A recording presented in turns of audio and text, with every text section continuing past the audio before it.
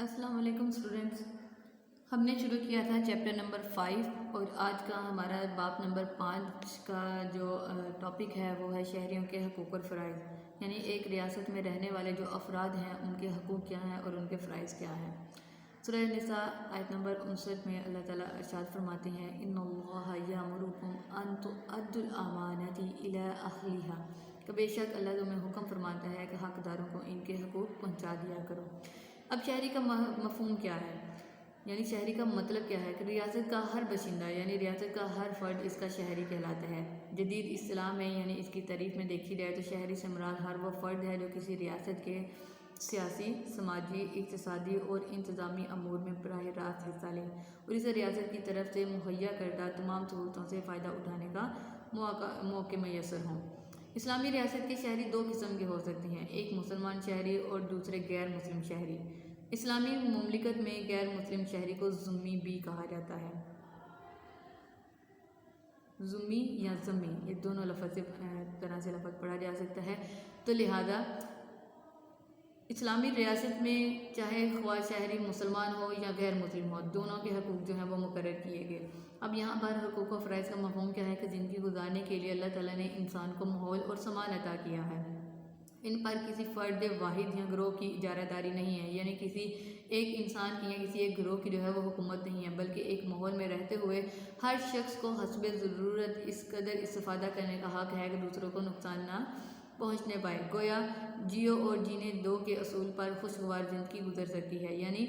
زندگی گزارنا اس سے متعلق لوازمات سے حقوق انسانی کے زمرے میں آتے ہیں، اور جینے دو یعنی دوسروں کے لیے ایذا اور رکاوٹ کا باعث نہ ہو، یہی بات فرائض کی نشاندہی کرتی ہے۔ کوئی حقوق اور فرائض کا چولی دامن کا ساتھ ہے، حق بے لگام آزادی کا نام نہیں بلکہ فرائض میں محصور ہے۔ مثلا ہر شخص کو اپنے مکان میں رہنے کا حق ہے، لیکن اس کا یہ فرض بھی ہے کہ وہ اپنے ہمسائے کو شور و غل یا پھر غلط رویے سے پریشان نہ کرے، یعنی ہر شہری کو جہاں پر اس کے حقوق دیے گئے ہیں وہاں پر اس پر فرائض بھی ہیں۔ یعنی اگر ہر انسان کا حق ہے کہ وہ معاشرے میں آزادانہ طور پر رہ سکتا ہے، لیکن اس کی آزادی اتنی ہونی چاہیے کہ اس سے دوسروں کو نقصان نہ پہنچے۔ تو لہٰذا یہاں پر ہم دیکھیں گے کہ ہم نے شہریوں کا حقوق اور فرائض دیکھے، اس کا مفہوم دیکھا کہ حقوق وہ ہیں جو کہ انسان کو دیے رہتے ہیں، فرائض وہ ہیں جو اس نے دوسروں کے لیے سر انجام دینے ہوتی ہیں۔ تو لہٰذا آج ہم شہریوں کے حقوق کے بارے میں ڈیٹیل سے بات کریں گے کہ شہریوں کے حقوق کیا ہیں اور ان کی اقسام کتنی ہوتی ہیں۔ تو لہٰذا شہری کے حقوق کی اقسام، یہاں پر شہریوں کے حقوق کی درج ذیل اقسام ہے۔ نمبر 1 مذہبی حقوق، معاشرتی حقوق، معاشی حقوق اور سیاسی حقوق۔ سب سے پہلے ہم دیکھیں گے کہ ایک معاشرے میں رہنے والے انسان کے فرد کے مذہبی حقوق کیا ہوتے ہیں، یعنی اس کے ریلیجن رائٹس کیا ہوتے ہیں۔ اسلامی ریاست کے شہریوں کو مذہب اور مسلک کی آزادی حاصل ہے، یعنی ایک اسلامی ریاست میں رہنے والے جو فرد ہے وہ اپنی مرضی کے مطابق کوئی بھی مذہب یا کسی بھی مسلک کے مطابق زندگی گزار سکتا ہے۔ کسی مذہب کے افراد کو کسی دوسرے مذہب کے افراد کے نظریات اور عقائد میں مداخلت کرنے کی اجازت نہیں، یعنی کوئی بھی انسان کسی دوسرے کے مذہب کے جو اس کے عقائد ہیں، جو اس کی روایات ہیں، اس کے اندر اپنے مداخلت نہیں کر سکتا۔ سب سے پہلے حق مذہب میں بات آتی ہے۔ حق مذہب، مذہبی حقوق میں اسلامی ریاست کے ہر شہری کو عقیدہ اور مذہب کی آزادی حاصل ہے۔